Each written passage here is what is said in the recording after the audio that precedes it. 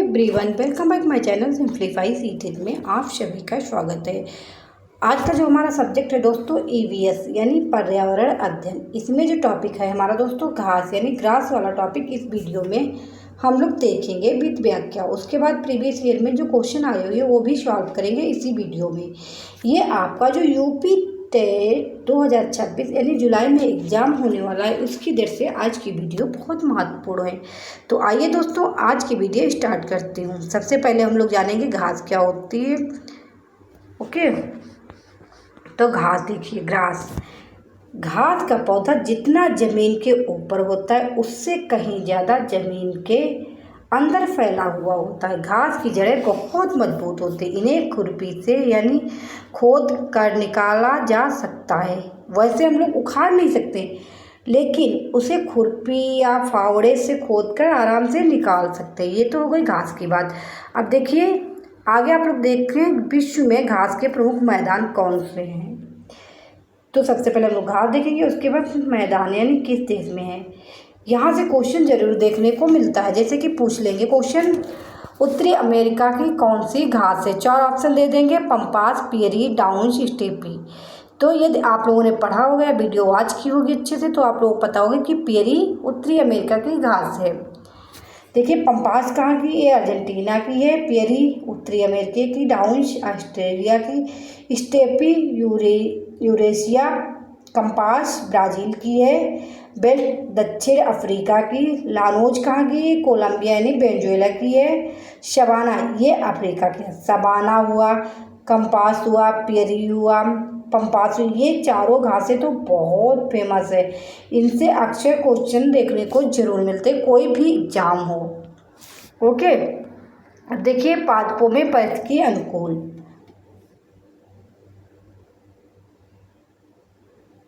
जलोद्भिद, ये पौधे बहुत अधिक जल वाले स्थानों पर पाए जाते हैं जो जलोद्भिद पौधे होते हैं। समोद्भिद, ये पौधे यानी सामान्य स्थान पर होते हैं जहाँ हल्की भी बारिश होती तब भी उग जाते हैं। इसके अंतर्गत जैसे आते हैं बाग, बगीचे, खेत आदि में उगने वाले सभी सामान्य पेड़ पौधे होते हैं। अमरूदभिद, इन पौधों में मरुस्थलीय पौधे भी होते हैं। मृदा यानी सॉइल में पानी की कमी होती है और तापमान अधिक होता है, जैसे कैक्टस और नांगफली, ये राजस्थान में ज़्यादातर ये पौधे पाए जाते हैं।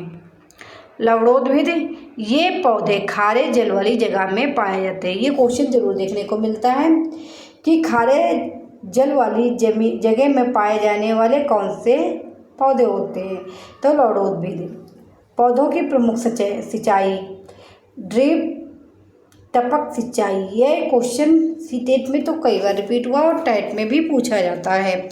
इस विधि में सिंचाई के जल को पौधों की जड़ों यानी रूट क्षेत्र में बूंद बूंद करके पानी दिया जाता है। जैसे कि ये आप लोग देख रहे हैं, ये एक तरीके की पाइप पड़ी है और ये पानी चल रहा है, ये बूंद बूंद पानी सब जगह पहुंचा रहा है। तो इससे पानी की बर्बादी भी नहीं होती, कम पानी में अच्छे से सिंचाई हो जाती है। ये जो सिंचाई विधि ये बहुत अच्छी मानी जाती है।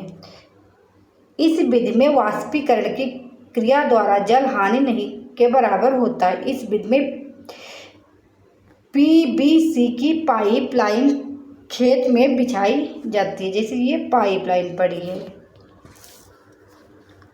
प्रकाश संश्लेषण, देखिए पत्तियां पादप की खाद्य फैक्ट्रियां हैं। जल एवं खनिज वाहिकाओं द्वारा पत्तियों तक पहुंचाए जाते हैं। ये वाहिकाएं नली के समान होती हैं तथा जड़, तना, शाखाओं एवं पत्तियों तक फैली होती हैं। पत्तियों में एक हरा वर्णक रंग पाया जाता है जिसे पिगमेंट होता है, जिससे क्लोरोफिल कहते हैं। यहीं से क्वेश्चन देखिए बनता है कि पत्तियों में कौन सा रंग पाया जाता है जिसके कारण पत्तियां हरी रहती हैं।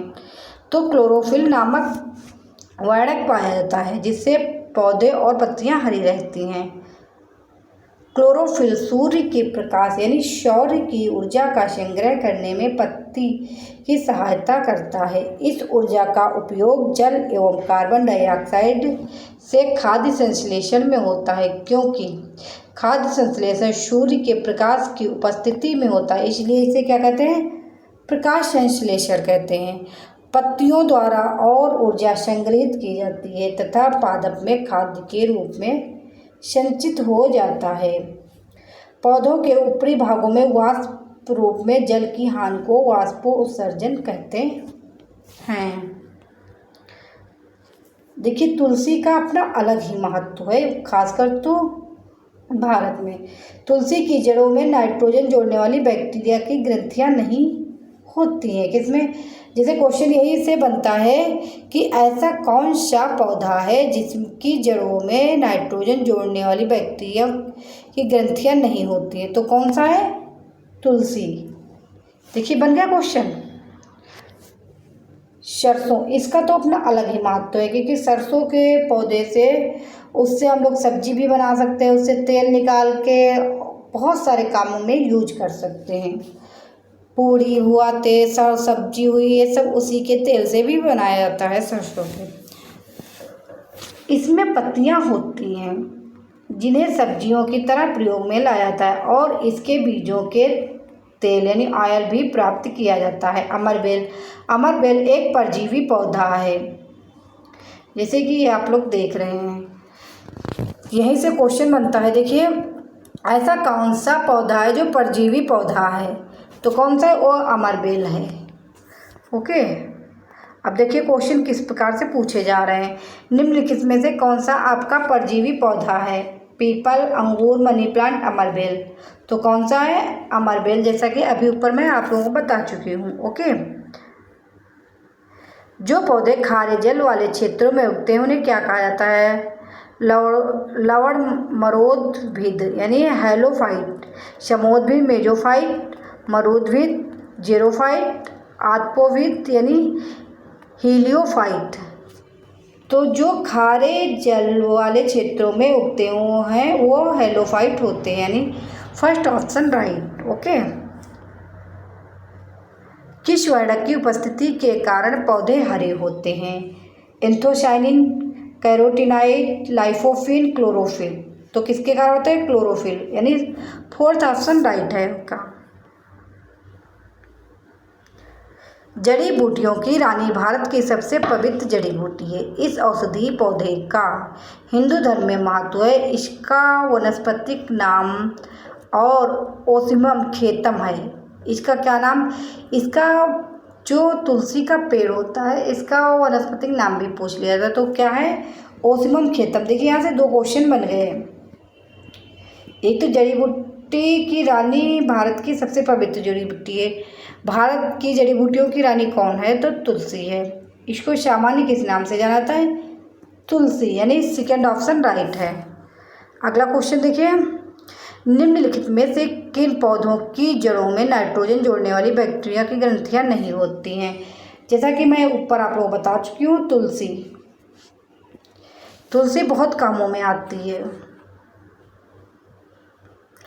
निम्नलिखित में से कौन सा एक शीतोष्ण घास प्रदेश नहीं है?